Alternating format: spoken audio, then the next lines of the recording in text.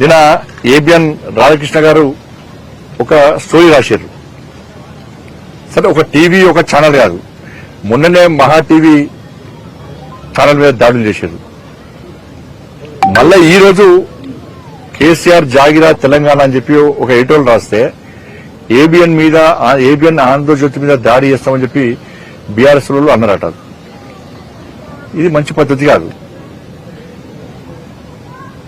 దీని ప్రధాన కారణం ఎవరంటే రాష్ట్ర ప్రభుత్వం యొక్క చాతకాంతనం.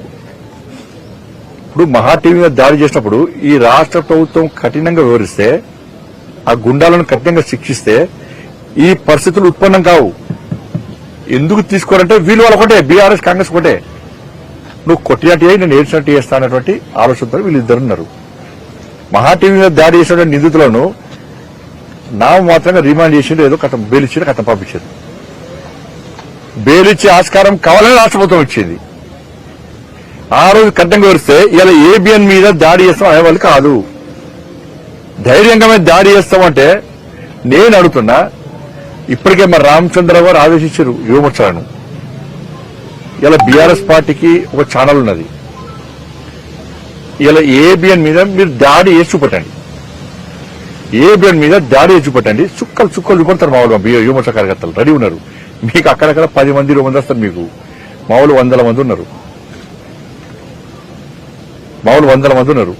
ఏబిఎన్ కాదు, ఏ ఛానల్ మీద దాడి చేసే ప్రయత్నం చేసినా బీఆర్ఎస్ లకు భారతీయ జనతా పార్టీ చుక్కలు చూపడుతున్న విషయాన్ని బీఆర్ఎస్ పార్టీ గుర్తించారు. నీ గుండాయిజం, నీ అయ్య గుండాయిజం ఈ తెలంగాణ రాష్ట్రం నడువ రాసిపెట్టుకున్నారు. ఇంకా నీ అయ్య జాగిరి, నీ జాగిరి ఉందని చెప్పి ఉవ్విలుడుతున్నారు. ఇంకా అహంకారంతో మాడుతున్నారు. మొన్న కేసీఆర్ కొడుకు చూస్తే బీజేపీ వాడు, కాంగ్రెస్ వాడు పడతారు, మీరు వాళ్ళు కూడా పడతారు.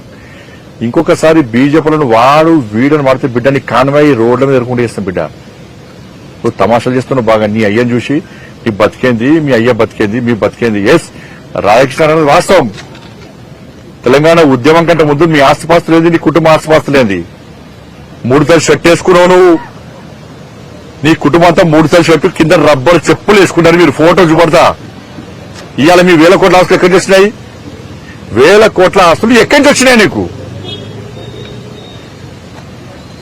నువ్వు కేసీఆర్ కుటుంబం ఎన్ని లాంటి దెబ్బలు తిన్నది తెలంగాణ ఉద్యమంలో? ఎన్ని కేసులు మీ మీద, ఎన్నిసార్లు జైలుకు పోయిన మీ కుటుంబం?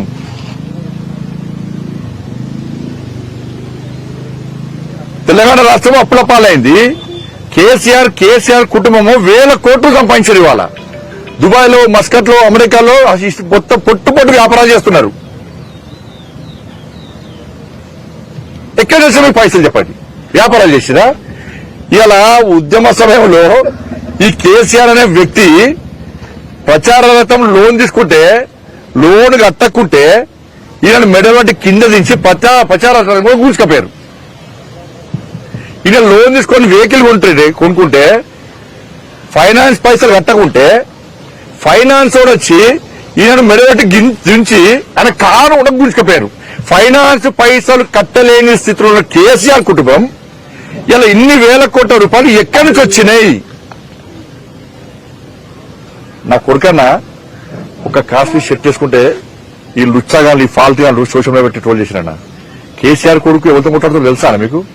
కేసీఆర్ కొడుకు మా కొడుకుతో కొట్లాడతాడు.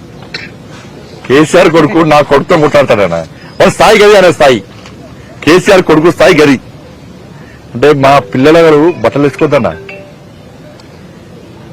కాస్ట్లీ బట్టలు వేసుకోద్దన్నా, షూ వేసుకోద్దన్నా, బండ్లు కొనుక్కోద్దన్నా, బిచ్చపులొక్క తిరగాలన్నా మేము. మా పిల్లలు ఒక్క కాస్ట్లీ షర్ట్ వేసుకుంటే బండి సంజయ్ 1000 కోట్లు సంపాదించిన ప్రచారం చేస్తారు నీ ఫాల్తీ సోషల్ మీడియాలో.